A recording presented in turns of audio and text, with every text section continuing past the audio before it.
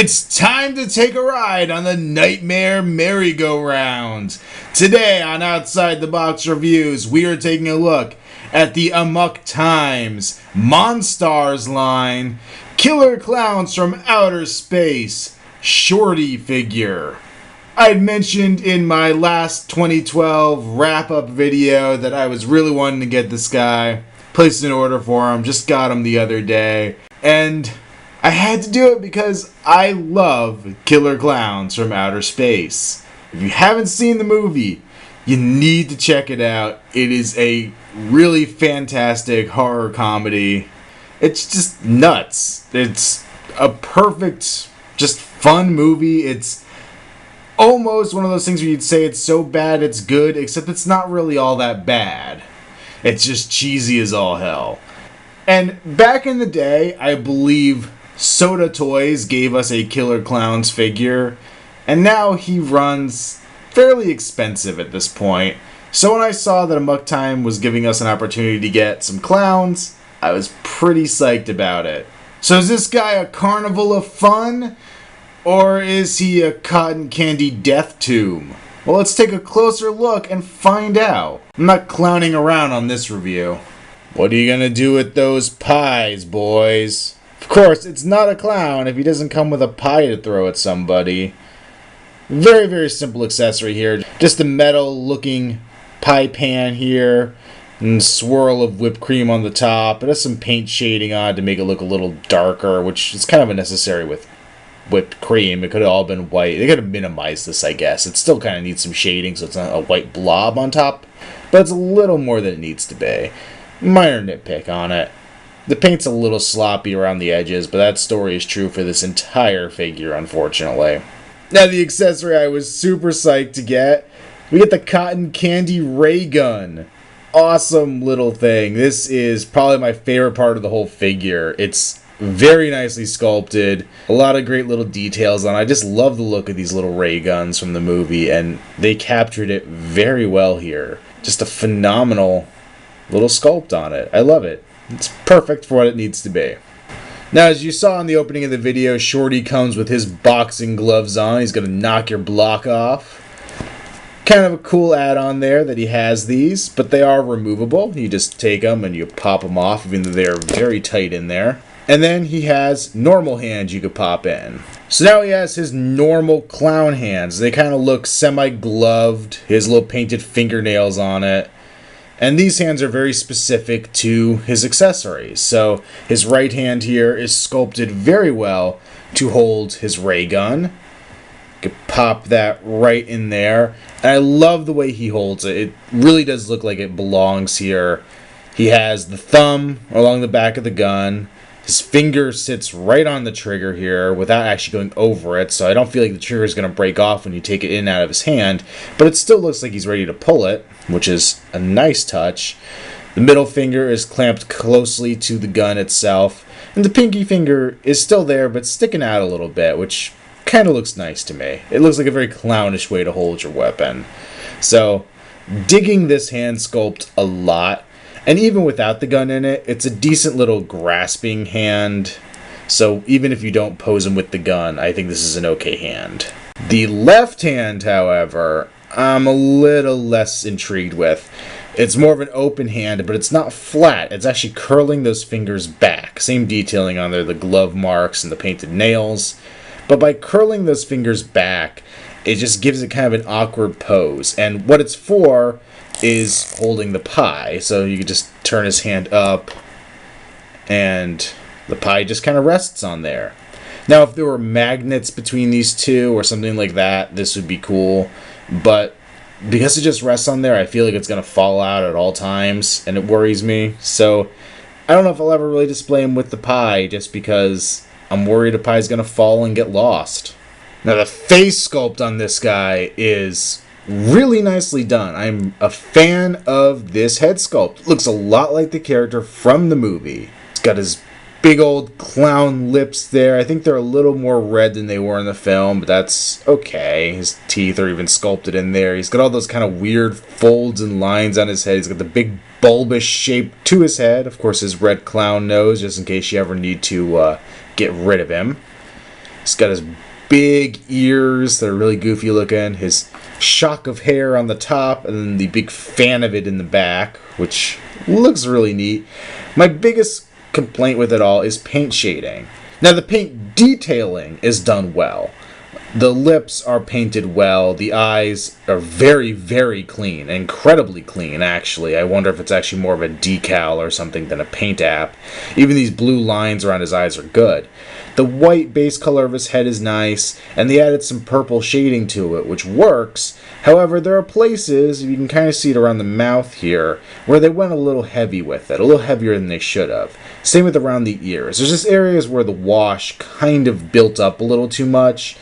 And once again, a minor complaint, but it is a little distracting. Especially because you come over to the hair, and there is no paint wash. There is no paint shading at all. It's just this solid green. And we can even see some of the purple up here that kind of ran away. Got a little extra there. The line between the hair and the head is not very clean. There's bleed over on both edges. And the hair really could have used a black, or heck, even the same purple shading throughout, just to give it a little more depth and texture. This is one of the parts on this toy where it really looks like a toy. And it's disappointing because it's such a simple thing. They were already painting that wash on the head. Should just add it to the hair. Not a big deal to add it to the hair. He has his little ruffle collar. This is a separate soft rubber piece, so it doesn't impede his articulation or anything. It free floats on there, so you can kind of move it around as you need to. The body's alright. Now, in the movie, his costume was shiny all over. They went with a bright, but still fairly flat yellow for his costume. The stars on here are shiny, and I feel like this metallic should have just carried over to the whole thing. It's got the stripes on his sleeves, and a whole pattern and texture to the costume is very nice and movie accurate. Though once again, especially when you turn around to the back where there's less detailing, it's a place where he could have used a nice paint wash. Just a simple paint wash would have really brought out this detail, this texture. Of course, this is something I can do myself. I'm not sure if I want to, just because he's a $20 figure and part of me just doesn't want to mess with it. But I could do it if it bugs me over time and I really want to. But just a simple matter of adding some paint wash on here from Amok Time really would have been a perfect touch to make this figure look a lot better. It just doesn't have the realism factor I would have liked, and the head has that realism factor, and the body kind of loses it. The hands themselves also have the nice shading on them, so they know how to do it. They just chose not to. Down here, it kind of cuffs in around his knees and billows out on the bottom, which is cool looking. He has his bright blue shoes with black soles, and a nice little touch. He's kind of coming up on the 1 foot, which for a character whose main scene is his boxing scene with the biker, kind of gives him a more, boxing stance. And he stands very well on his own. I was afraid he wouldn't when I saw this foot. He stands phenomenally, which is something, if you're going to get a figure with pre-posed legs, they should stand well, and it's scary and sad how many times we don't get one that stands well. Articulation is a place where this figure really suffers. He has a swivel in the neck. I really would have liked some up and down motion because he is supposed to be a shorter character. I mean, he is Shorty. It would have been cool if he could look up like he was looking at, someone taller than him. He has swivels at the shoulders. Now, this is the joint that bugs me the most. It really needed to be a pin and socket, a ball joint, something. Just a simple ball peg in there that would have given him a little bit of up and down would have been great. It looks and feels like it's there, and that's one problem I had. I actually had this arm pulled out a bit of ways before I saw the peg in there and realized I'm not supposed to be doing this. It's a little disappointing. You really would have been able to get him into some cool poses. One in particular I would have liked to do was be able to put his arm back kind of behind his head like he was going to throw the pie, but without being able to move that joint out, I can't get his hand back there. So the pie is simply left to be displayed and not thrown. But as you probably saw just then, he has bend and swivel at the elbows, which is very nice. Simple rotation at the wrist. Nothing phenomenal there. And then nothing else through the body or the feet. Just absolutely no articulation there. I feel like some pin and socket shoulders or some ball jointed shoulders would have elevated this character a whole lot and made him a step above what he is right now. Another thing worth mentioning is that all this articulation, straight out of the box, it was almost unmovable. It was very tight, and I just slowly had to rotate it and get it to kind of break, which is normal for a lot of figures. They'll come very tight, and then you just kind of have to almost break the paint on them a little bit to get them to move. However, now it's fairly loose. The arm joint just kind of swivels a little too much on its own. Now this one may be like that just because I was messing with it, but everything on him feels a little too loose now, and it feels like over time, if you have him holding an accessory, the arm might just droop and the pose might just fall apart because it just doesn't feel all that solid to me. One last thing I wanted to mention with him is the scale of this figure. When I got the package, I was a little disappointed. I thought he was way too big. For whatever reason, I remembered this guy being on scale with, say, Leprechaun, or, just basically a little person in a costume. And while I'm guessing whoever played this character was quite short, they're not overly small. In his scene with the biker, he comes up to about his chest. And you can see here with Jason, he does that about with him. And Jason's kind of a tall character. So the scale actually does work with other NECA McFarlane kind of stuff, which makes me a bit happier. I was really afraid that this guy was going to be totally out of scale for what he was supposed to be. Now, there is a straight-up repaint variant of this character that goes by the name of Tiny. And I think it really depends how much you enjoy this figure as to how much you'll actually enjoy and getting another one. To be honest with you, I don't plan on picking up Tiny. The fact that he is a straight repaint, and I don't believe he's actually a direct character from the movie, makes him pretty much a total pass for me. Overall, I have to say, I'm not as impressed with this figure as I wanted to be. He wasn't as much fun as I wanted it to be. I kind of was hoping I'd get a figure as fun as the movie. And I love that movie so much. I'm so glad I picked him up because I'm a fan. But this guy doesn't quite do it for me. He's gonna get a very weak not recommend. If you're a diehard Killer Clown fan, go for it. If they do release another Killer Clown, a different Killer Clown with a different build, some different accessories, I'll think about it.